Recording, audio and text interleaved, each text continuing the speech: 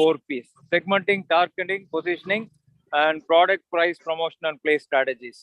Prior to becoming director of CEO of Susan Consultants, he was principal consultant with Optimus Business Consultants. His experience is across sectors, which includes automotive, consumer durables, specifically white goods, medical devices, and allied services.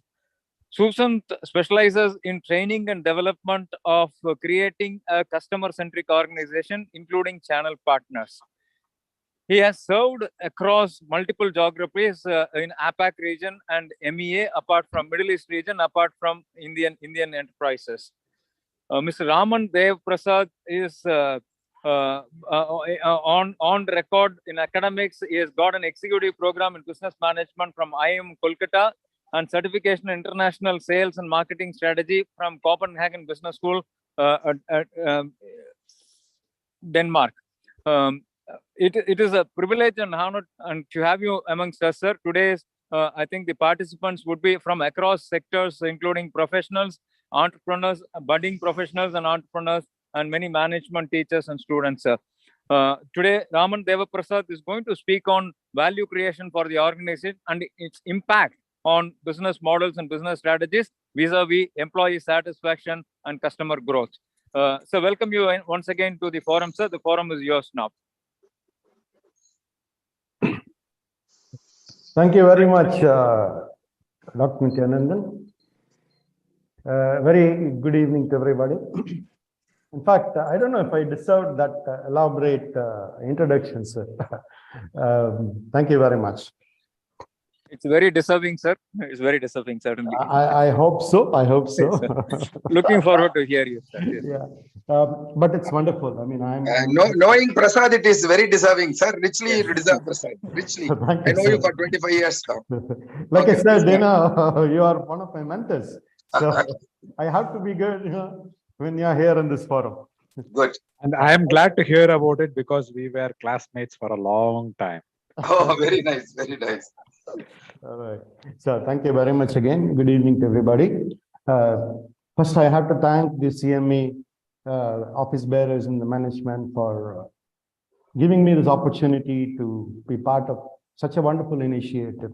In fact, when I learned that this was the 451st Monday Musing session, I was overwhelmed, to be very honest with you. And it's a stupendous task. If you look at sustaining something like this over such a long period, and I mean, I can only imagine the kind of mutual learnings that would have happened with this wonderful initiative. So I take the liberty to thank and congratulate as well as thank the CMA for this wonderful initiative. Special thanks to Vidya for taking care of the details and facilitating this session. And I have to thank Professor Sadasivam, who first mooted this idea of me participating in the Monday Musings. So thank you all again. And last but not the least, the aspiring management professionals in the audience. Thank you very much for being here. Not to mention the practitioners, the leaders who are here in spite of it being a Monday. And I can imagine, what a hectic day of the week Monday is, and to be here at 6:30, that makes me feel humble. So when I was asked to propose the topic, I didn't have much hesitation in choosing value as a topic. There's a lot of dimensions to value, as all of you will agree. But I had a bit of a concern because value is something that is often talked about. And needless to say, it is the essence of any transaction. And so a lot of things have been talked about, a lot of research has been done. So I was wondering if it was apt for such an elite audience, with business leaders, people who have practiced extensively in business.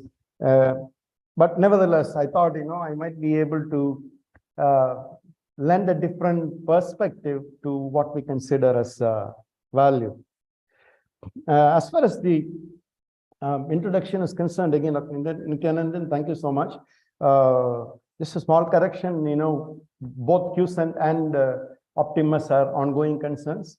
Optimus focuses more on strategy, growth, turnaround, and transformation, business transformation for small, medium enterprises. And of course, QCent, you have detailed it very well. So thank you again so much for that. QCent, basically, just before I start, I just wanted to relate to the topic. QCent is an organization that started with customer centricity in mind. In fact, QCent is the short form for customer centricity. So everything, as we all agree, the reason detail for the existence of any organization, a commercial for-profit organization, is the customers first and foremost. So it is our staunch belief that customer-centric organizations cannot fail. They have to succeed. And one of the key reasons for success, of course, is to be able to offer the right value proposition. Now, when it comes to value proposition, I thought I will go back to my own experience. Having spent the better part of my career, I would say probably more than 2 decades, working with a global multinational on the medical devices and equipment domain, I've had the opportunity to engage with markets as diverse as Japan on one side, and like Mr. Nityanand mentioned, in the African continent on the other. Not to mention, different kinds of product categories before moving into the consulting over the past 6 years, where I've had the opportunity to look at different domains, including transportation, automotive, manufacturing, to mention some of them. But what really stood out everywhere was the key to success hinged on not just the value proposition delivered, but making sure that the value proposition is relevant and is aligned with what the consumer or the customer would look at as the desired buying proposition. Now, it doesn't stop there. One more part is needed to complete the journey, which was ensuring that this is communicated and the right kind of perception is established in the minds of the customer. So, what it entails is ensuring that the narrative is built in such a way that the relevance is established. So this is the basic of it. As far as the genesis of the topic is concerned, why leveraging relevant value? This is a question that many of you might have. What is new about it? And I would like to ask anybody who can volunteer to see if you have made any major consumer durable purchases in the last 1 month or 2 months or recently. Anybody, please unmute and please come on.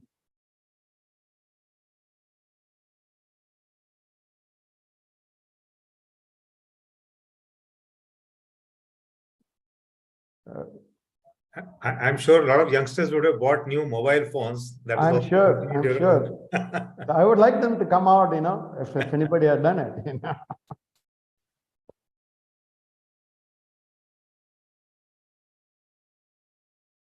Anybody there? So I guess, the market has been pretty dull in Coimbatore area this time. Nobody seems to have bought anything. Particularly the student community. I would request them to come up, and share.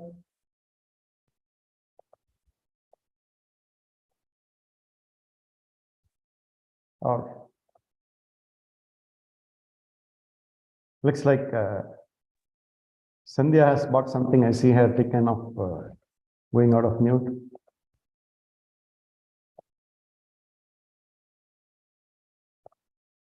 Okay.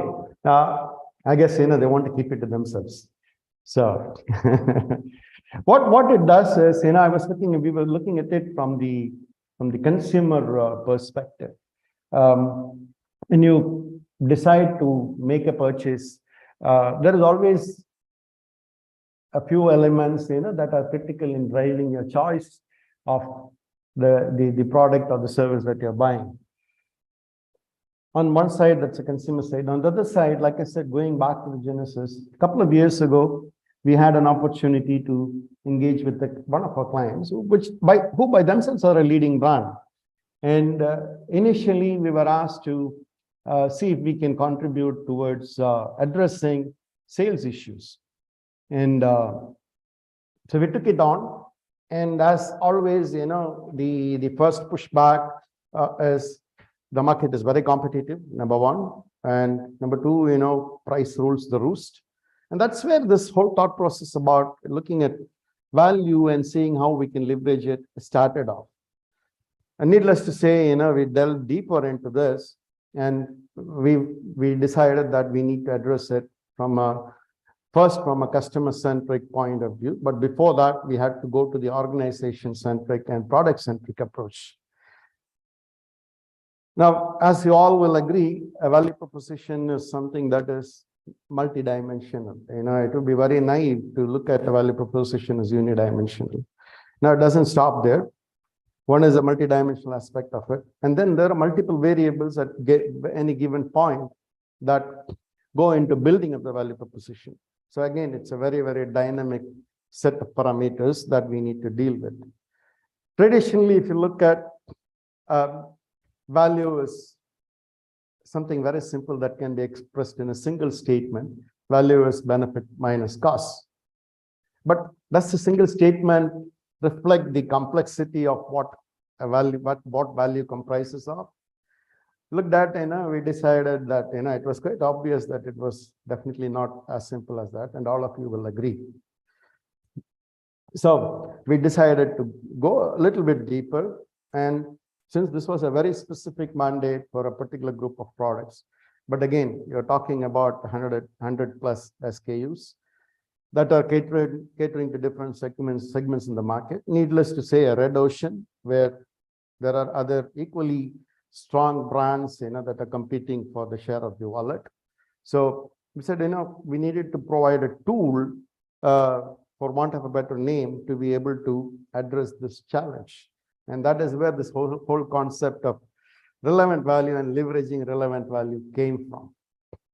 So essentially what we did was we decided to break it down into what can be called value elements. And when it came to value elements, the question was, what do you consider as a priority? What do you consider, how do you look at the hierarchy, as to what is important as a value element and what is not? And that led us to think about creating buckets. And it cannot be too many buckets. So we tried to simplify it and made it into 3 buckets. Let me probably, it might be a good idea for the student members if I share a couple of slides on this. Is that okay, Vidya?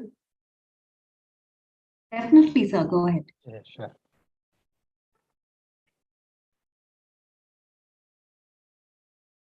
And I would request, the audience, especially the students, if they have any comments, anything that they want clarity on, to feel free to stop me and ask for it. So we constructed, what can be called a value pyramid, where we looked at the 3 different segments that form that could possibly give an indication on what kind of hierarchy we should have. And the base was core value. Core value, as the term implies, is something that is essentially fundamental, and if it is any product or service, without the core value elements, this product cannot really exist in the marketplace. And we use another term called minimum offered value there. Again, this is dynamic, this minimum value offering or core value elements, or the bucket that the core value elements, that come together to form this bucket called core value. This can evolve, this can change with time. One good example, as Dr. Puneet mentioned, mobile phones, this is one example. When mobile phones came in, essentially they were a communication device where you could make calls. And then I still remember, we used to have a digital diary for the contacts when we started off. And then it became a directory. And then as it evolved, currently, if you have a mobile telephone without a display, without the ability to take in browsers, to be able to work on the internet, it simply is not considered a mobile phone. So this minimum offered value has evolved, to something that is so far removed from the basic product. And then, of course, come the augmented value elements, which is usually built around the additional value that these products offer, or the services in any case. Transportation is a good example. At one time, before the Olas and the Ubers of the world came in, personal transportation was limited to the neighborhood auto rickshaws, for example, or the neighborhood cab service provider, where you had to call, book a day in advance and all that. And then Ola and Uber came in as a cab aggregators, and they totally disrupted the market. And how did they disrupt it? They made the minimum offered value, they transformed into something, elevated it, transformed it into something that was very different from what was considered the core value as far as personal transportation is concerned. So the augmented value was in terms of safety, in terms of the ease of use. You could book it, and the time required, to be able to use that particular service, and so on and so forth. And then emotional value elements that sit at the apex of the pyramid. The umpteen examples, of where products or services, organizations focus a lot on the emotional value elements. And here, I would go touch on the conversation we had just before the session started. When we were in IIM, one of the things that were mentioned was success stories was Bajaj, for the customer connect. And in a lighter vein, the professor used to say, Hamara Bajaj is the tagline. But then, the money is mine. I bought the scooter. The roads are from the government. Hamara kidhar hua? To mera hai. So, but still, that had that connect, the emotional connect that went in. But, there are umpteen examples of the current day, whether you look at the luxury goods brands, or whether you look at, even consumer durable brands, where the emotional element comes into picture. So, to give a pictorial this thing, augmented value, can be broadly classified, in terms of what goes over and above the core value elements, which is reliability, use of use, time savings, saves on effort, availability and access, and there are multiple things. These are just a few examples. And in terms of emotional value, you have first thing, in my opinion, would be the social or the hedonic element, that is associated with any product or service. Then it could promote a sense of belonging to a user group or community participation. Aesthetics, I think it is emotional, because different people consider different aesthetics as what they want. And there is always this element of brand salience and brand equity that gets built over a period of time. So what is the value narrative? What should the value narrative be centered on? Should it be the customer? Should it be the product, the product features, the value on offer? Or is it the relevant value on offer? I mean, I'm sure this is a question every marketer would want to ask himself, every product manager would want to ask himself or herself. And of course, the leadership. So, like I mentioned, in terms of differentiation offer, which is, one of the, should I say, holy grail as far as product marketing or marketing a product or a service concerned, the augmented value elements offer a high leverage as far as customer perception is concerned. Augmented value elements do. Core value elements, which might be sometimes incrementally augmented, they offer a very relatively lower leverage for differentiation. So once we decided on this and we agreed on this, the idea was, how do you crack this puzzle? How do you put this into action? And this is where we wanted to look at what we call the value grid, where, like I mentioned again, there was some mapping required of all the value elements that the product or service offered. Now, it doesn't stop there. We are not alone in the market. No company has nowadays the luxury of being a monopoly provider of a product or a service. So we had to map the competition as well, which essentially means, depending on the segment. It could be the substitutes or other players who might have a bigger presence, than your product, who might be lower in the pecking order. And more importantly, we had to devise a system where we could have some level of objectivity, that is introduced in it, which of course led to benchmarking and scoring. And that allowed us to arrive at what we call the relevance scores. Now, when I say relevance, I mean relevance with respect to the customer's need here. And that gives us what we call a relevant value to price ratio. And if I did this right as a consumer, I would undoubtedly be able to arrive at the optimal choice as far as my money is concerned. How does it help organizations? If the organizations are in tune with the customer's needs, are in tune with the relevant value elements, as far as the customer is concerned, they can build a narrative to gain a significant edge over the competition. So in other words, if it is built with a good understanding of the buyer or customers and the relevance of value elements to the customer, it is a credible establishment of superior price to benefits ratio, going back to the basic definition of value.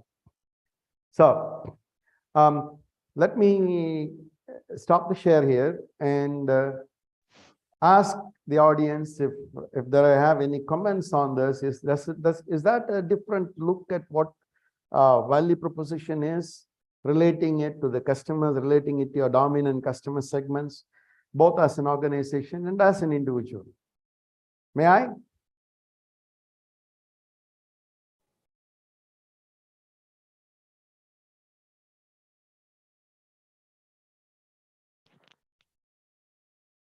Eva, I have a point to just mention. Yeah. I think this will be very useful to the students particularly. See, as far as the purchase behavior of a customer is concerned, there are different factors a marketer has to look into, you must be knowing. A buyer need not be the user. And a buyer need not the one who pays for it. And the buyer need not be the one who influences for a purchase. Now, how will you bring in these value elements in terms of a marketer to determine the best appeal to the values? If you can touch on these lines, I think. Certainly. In fact, this was one of the key things. I've been approaching this, on a B2C this thing. Usually what happens when in a B2B scenario, which is what I assume you are referring to, there are multiple stakeholders in what we call the buying center. So like I said, it is not, the buyer need not necessarily be the user. He may not necessarily be the influencer. So the idea here is to be able to map the buying center, which I'm kind of deviating from the topic a little bit. Once you have managed to map the buying center, then each buyer, each constituent of the buying center will have a different proposition. So in a typical B2B scenario, I might go to a finance person who manages finance, and his best buying proposition is definitely very different from that of the end user or that of the buyer. Similarly, if I go to a buyer, again, there are multiple factors into play apart from pricing. There are other factors into play into the reliability of the relationships, the ability to make sure that the value promised is delivered, value assurance. If you look at the enterprise leadership, they might have a different set of considerations. And what we have seen working with institutional customers or working along with clients for institutional businesses is different constituents of the buying proposition of the buying center have different buying propositions. Now, if I know what the buying proposition is, then it becomes very easy for me to match the value elements that can be highlighted to that particular constituent. And that's the whole point of this exercise, to ensure that First of all, if we have a value element that can be highlighted, that can be done. If that doesn't exist, can we build that value element? So this is how we approach it. I hope that answers your question or concern. Yeah, that's right. Sure. All right. Okay. So what I've given here is a very, very simple outline. Needless to say, this is still work in progress, of course, and there is a lot more, that comes into play when you look at the broader picture. Thank you, sir. Anybody else has any comments? I would love to hear thing before I go on to kind of show you briefly on how this is mapped. You can punch in the chat as well, probably. Yeah. I think, sir, you hit the nail on the head. It's actually, as marketers, the key thing is to actually map the entire buying center first. Absolutely. As product managers or marketing people, we actually get in love with our own products and our own view of the customer, that we actually we just push the product out into the market and hope that advertising will work and do all the job for us. Absolutely. Actually, most of the launches fail on that account because they don't really are able to make out the difference between the buyer and actual user, and that both have to be addressed to. And thank you for bringing that up, Dr. Puni. The thing is, I mean, I personally have experienced that. More often than not, 9 out of 10 brands end up in what I call, actually, it's a kind of a delusion. And then the focus shifts to pushing through that narrative. And incidentally, if you have deep pockets, enough muscle that goes in. And unfortunately, the customer centricity falls by the wayside because you are pushing the agenda that you think is best. And the funny part about it is, a lot of customers fall for it, which is not a win-win situation, in my opinion. But what has happened over the last few years, and that's something that we've seen, a lot more objectivity is coming in as far as purchases are concerned, particularly with larger organizations. But when it comes to the B2C segment, it still is a real issue. So thank you for bringing that up. Okay, so let me go back to the. Sir, can I interrupt for a moment, sir? Sir, absolutely, sir. Sir, I have one question which is for the benefit of the crowd in relation to the discussions what is on. Now, is it pertinent for us to define what really means? Are we talking about material value or aesthetic value, which means a lot to both the organization and the customer? I'm sure all of us know the benefit to cost ratio is how we measure technically value. Sir, we lost. But what really Dr. Nityanandan, your audio is matters very disturbed, sir. in terms of customer-centric organization, customer, there is no organization. Yes. Is it better now? Yeah, better. You able to hear me, sir? Yes. Yeah. What I was trying to say is it not very pertinent to define what really value means? Are we talking about material value? Are we talking about engagement value, emotional value, Doc, or Sir, coming in broken. in Sir, I think terms of I the get- organizational value? Yeah, sir, I think I get your get the Because the drift moment about- we talk Sir, your audio is breaking up in between. But I think I get the hang of the drift of your question and comment. And yes, precisely, the whole exercise is to make sure that as much as we remove as much as of the subjectivity as possible, number one. Number two is make sure that, there is some kind of a reference that we put in place when we look at it, so that it is It is not based on individual, it's more empirical, if I may use the word. And that is where, like I said, again, this is still work in progress. But if you are able to see the screen, you will look at what I just put this up as an example of mobile phones. Now, what you're seeing is, as far as core value elements are concerned, we are not talking about, they are common across substitutes. Can everybody see the screen? Yeah. Yeah, okay.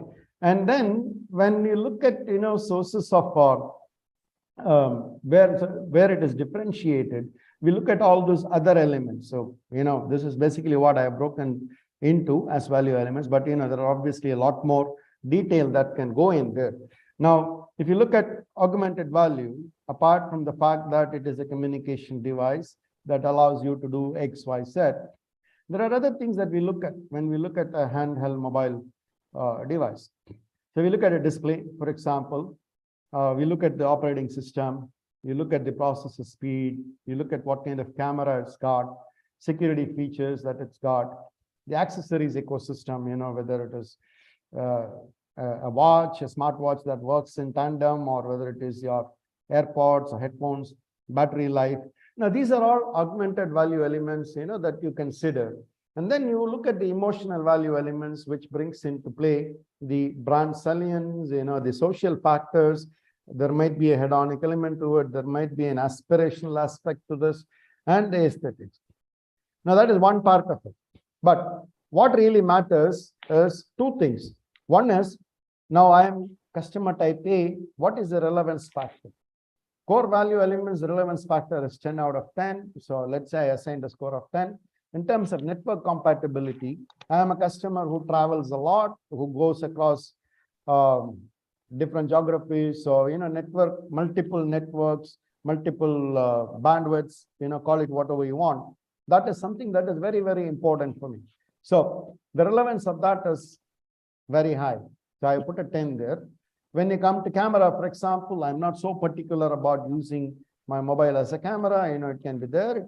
If it's a good one, even better. So the relevance of that particular value element for me is lesser at 7, and so on. When I look at the brand salience, I want to make sure that I want to get a brand that is pretty well known.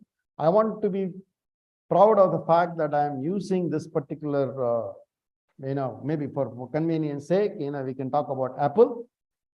So that is very relevant to me. So I say, I give it a high relevance. And then the aesthetics, but I would like to have it good, but yes, it is not make or break considerations. I've given a relevance score of 7. Now, if you look at the 3 brands that I've taken, in fact, to be able to put this up together today, I just took Apple, OnePlus, and Samsung. And if you look at the relevance of OnePlus, I get a score at the bottom, one for Apple, one for OnePlus, and another one for Samsung.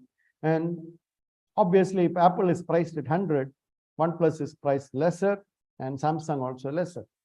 But if you look at this in an objective manner, from my perception, that is, you might differ in terms, because this is not based on total research, this grid. The relevance to price, relevant value to price ratio, the highest ratio is with OnePlus at 14.5, which means if I am an objective, if I'm the best value, relevant value that I get for the price I pay is the best with OnePlus. And you can see that being reflected in the market as well. When OnePlus market share has grown, and bulk of this market share, has been taken from the premium segment where Apple used to dominate. So they've been able to build a narrative that resonates with the relevant value elements that form the buying proposition for that segment of the customer. Now, if you go to another type of customer, which is customer type B, there again, I can't, 1 minute. Yeah, there again, this goes even with the even with the revised relevance factors. Now, what we have done here is on this customer, typically considering this is a Gen Z customer, youngster, where a camera has got a relevance factor of 10. Security, maybe not so much. It's 7 as opposed to 10 with the earlier customer group. Battery life, yes, they want to be on it all the time. So battery life takes a very important place as far as relevant value elements are concerned. They are worried about aesthetics, but probably not so much about social factors, which is the aspirational aspect of it or the hedonic aspect of it. But surprisingly, I found that today when I made this, from my point of view, again here, this is the brand that now I'm not advocating a particular brand, just to give a brief idea about how this process can work. Again, if you look at the relevance to price value ratio, the OnePlus brand scores the highest in both the scenarios, whereas Apple scored 13.6 here. Their relevance dropped to 13.3 when it came to the Gen Z customer segment. So this is one tool that can be used. Of course, we need to go into a lot more detail and more informed scoring systems. But this just to give you an example on how this can be managed as far as the value elements are concerned. Now, as business professionals, for us, the primary task is to be able to leverage this to build that successful narrative. And where, like I mentioned earlier, we need to be able to communicate the best relevant value to price ratio. If that doesn't exist, as product managers or marketing managers, we need to bring that into the picture and make sure that the sales conversation or the sales narrative is articulated in a manner where we can fairly and in an ethical manner drive the customer's perception of relevant value, which is a value that is relevant to their buying proposition. So that's all I had basically. I wanted to add a few more examples, but I wasn't sure if there was going to be time. But I think this comprehensively gives you an idea of a different approach to the value elements, the value proposition, and how as organizations, the relevant value elements can be leveraged. So with that, I will stop the share and I will take any questions that you might have.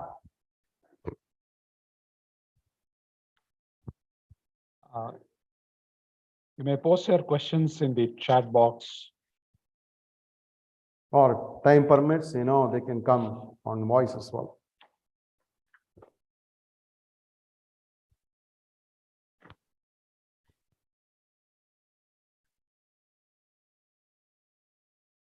So, sir, till the students decide, I had one question, and from experience also. Yeah. You being, you consult a lot of companies who would be very keen or maybe wanting to launch some products, and but they may not have, kind of arrived at the relevant value proposition. But sometimes there's a hurry to launch a product anyway. How do you handle such clients? In fact, there is no shortcut here, Dr. Puneet, as you will agree. And the thing is, when that comes, the only thing that you could do is pick out the relevant value elements that you have and increase their relevance. So, for example, if I say that battery life has a relevance of only 50% to me, I can build a narrative in such a way that, I consider battery life as important. So my relevance factor goes up. But that offers limited leverage. Yes. The important thing is to do this research before you launch the product. Yeah. And again, let me go back to this thing. There is not going to be much of a difference as far as the core value elements is concerned. And the augmented value is the one that offers the zone, the best payoff zone, as far as managing the relevant value elements are concerned. And the apex part of it, like I said, the emotional, it is always spin or, the legacy of the brand. So there is not much, but the play zone, the zone of play is primarily in augmented value. And most of the products, effort themselves to be able to integrate this augmented value elements. So going back to your question, yeah, I would definitely want them to go back and rework it. While in the shorter term, yes, do a little bit of use whatever little bit of leverage that is available in terms of redoing the narrative. But the guaranteed success comes from really delivering the value to the customer after due research. I'm just reminded of what this Tata people did with their small car. They were trying to, in a hurry, their value proposition was different, which did not match with the target audience. Absolutely. And this is a very good example, in fact. The relevant value elements there, were primarily focused on an additional option for safer transportation, but it totally bypassed or totally, they had a blind spot in looking at, the aspirational element, of the consumer, as well as the fact that, by the time they launched it, the minimum offered value had grown up. It had evolved. It was no longer, the same when Maruti was launched. Tata had launched when Maruti Suzuki had first launched the Maruti 800. It probably was a totally different scenario. So yes, this is one classic example. A lot of it, if you look at Pizza Hut, for example, Pizza Hut versus Domino's. Pizza Hut, again, when they came in, they had a lot of problems. What they did was they tried to replicate, their experience, in developed markets where pizza is primarily considered fast food. But what the Indian consumer was looking for was a dining experience along with what they were spending. And then they changed the format. And then, of course, now there is a lot of evolution that has taken place. So, yes, so I see Mr. Ananda Padmanabhan wanting to say something. Yeah, Sir, please. I have a question. The question in the sense you are talking about the value proposition for a goods like maybe a washing machine or a mobile phone. But for people like us who have been in the service industry, where we buy a lot of these software tools and maybe real HIS software or SAP software, I have a question in terms of value proposition. Let us say there is one guy who has developed a solution. Infosys has developed a solution for banking or for hospital. What is that we should look for? See, when we try to buy a software, we want to see if we can reduce the cost of operations. Hello? Can you mute, please? Yeah, maybe we want, when we use that software or a service, we want to know whether we can reduce the cost of production. That is number one. Or by using that software, can we increase our revenue, maybe arrest the revenue leakages or malpractices? That is the second value proposition. The third value proposition is, does it give you any advantage in the governance of the whole system? That is the third value proposition. Yeah. The fourth value proposition is, does it help you in some of the regulatory agencies? They have some standards, some restrictions on certain way of doing things like things, and whether it helps you in complying with the regulatory norms of the industry, for example, NABH or JCI or whatever. And of course, the fifth is, does it improve your customer experience, or in our case, patient experience? So if you have all these value propositions, what is the weightage we should give for all these propositions in a service industry when we buy a software? You understand? Yeah, I understand. Yeah. Do you have any comments on this? But I find the perception of a customer in US is different. The perception of an Indian customer is very different. And how do you see that? Two things here. One is, first question to answer, what is the weightage that is to be given? And this is the biggest challenge here. So what, if you see what we've done is, for example, you have chosen 4 vendors. You have chosen Infosys, you've chosen SAP. TCS, XYZ, whoever it is, SAP and whatever it is. Now, you have also identified very clearly what your relevant value required buying proposition is. Perfect. Yeah. Now, in terms of that buying proposition, we now leave the core value parts alone, which is basically an EMR and EMR combined with ERP, whatever it is, that is something you have already constructed. Yes, yes, So yes. that is, The apple to apple comparison has been made in terms of value, in terms of the features of the product. Yeah. Now I have got 4 vendors, four solutions. Now, if I look at it, and I'm sure, people who go to the level of detail that you normally do, you would have, come to a very clear conclusion about which is, for example, if you take regulatory compliance. Yes. Which is the one that offers the best regulatory compliance? Which is the one that offers the least regulatory compliance again amongst these 4? Now, Okay. the one that offers the best, scores 10. The one that doesn't offer anything scores 0. Correct. And this relative scale can be employed to place the other 2. Yep. Now, once you have done that, and you will do it for each of those value propositions that you're looking at, or the value elements, I would say, would be the right word that you're looking at. Now you will go back to the relevance. What is of utmost relevance to me on a scale of 1 to 10? Is it going to be my productivity? Is it going to be my cost efficiency? Is it going to be my compliance? Is it going to be my workflow? Now you might decide that workflow takes a priority. So I'm going to have a relevance of 10 there. Regulatory compliance, I can live with 5. Yes. Okay. Now you use this factor like I showed in the I demonstrated in the short matrix mobile phones. Correct. You get the value score. Yeah, value score. Okay.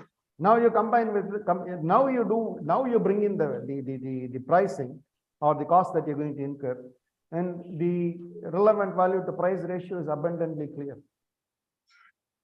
Okay. But does the perception of the customer from location to location change? Absolutely. Maybe in US, the compliance has the topmost priority and governance and patient experience. Absolutely. But here in India, maybe they look at how much does it reduce the cost of operations or how much revenue I am able to increase. So does it depend on the type of customer? It does. It is the whole point of this relevance factor. For example, in the US or even in India, you mentioned 2 things, but there is a third thing, which is service support, for example, or post-sale support. Now, this might be very critical. You might have a very high relevance. So even if somebody comes with a fantastic product that is given to you at a very good price, if this relevance is 0, it might impact your overall relevant value to price scores. So it all depends on you correctly identifying what is relevant for you or for your customer. Thank you. Got it. Yeah. Yeah, I have somebody else who raised a hand.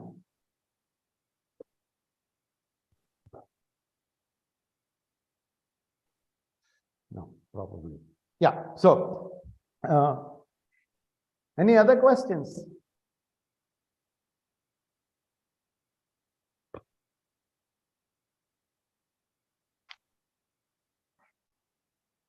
Hello. Yeah, I guess Vidya, if there are no more questions, I would love to hear from senior members, a couple of words on how useful it would be, what more we can do on this thing going forward, and then I'm done. I'm here to conclude in any case. Okay. I'm just waiting for somebody to voice their views or ask some questions. Maybe a couple of minutes. Yeah. Okay. This topic may look simple, but as you progress inside, there will be a lot of. It may look little complex. First of all, for students, I'll tell you, they'll get confused with the perspectives of marketer and consumer. When you say value, of course, it is purely what who offers and who receives. So that way, I think students are a little confused. They may not be able to put forward things. Anyway, Deva, your presentation was very good. And I don't know what further research you would like to go into it. It looks very comprehensive. To my observations, it was very good.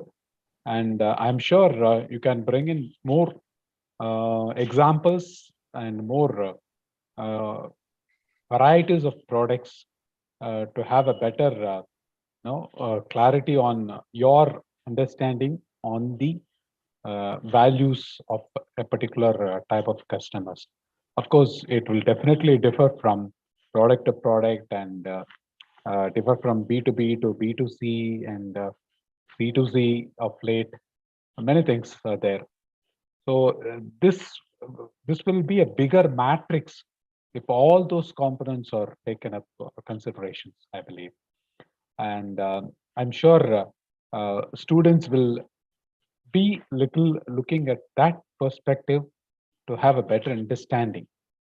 As far as I'm concerned, your presentation was very comprehensive and it had a lot of takeaways, definitely for the budding executives or the budding managers or leaders.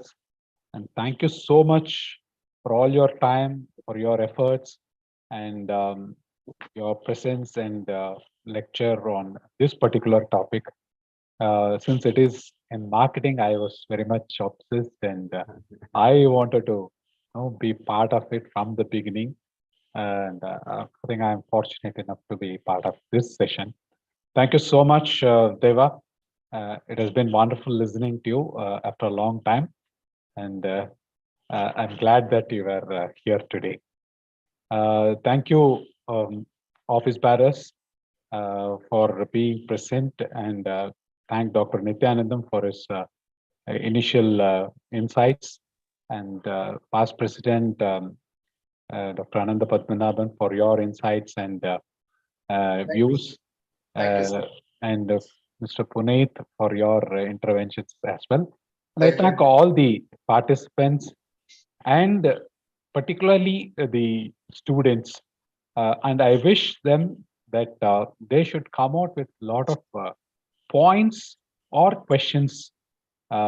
This Monday Musings is major objective is to share knowledge and have a discussion sort of forum. We have been very successful. I only request the students to open up, and make it even more interactive. Thank Vidya for her coordination. I'm sure, as usual, she has done a very good job in coordinating. And thank you, Deva Prasad. We'll Thank you, catch up sometime. Sudha. Okay. Yeah, and want to conclude, if anybody, any of the students particularly, anybody wants to reach out on certain ideas, you have my coordinates, Vidya has my coordinates, I'll be very happy to contribute my bit. And yes, on expanding the matrix, we still need to, it's like I said, it's work in progress. I'll get back to you on that. That's right. That's right. I would like to. Yeah. Okay. Thank you all. Thank you all. Have a wonderful evening. Next week. Thank you, Doctor. Thank you, sir. Thank you all the participants, and have a wonderful new year ahead. Thank you. Thank you. Good night.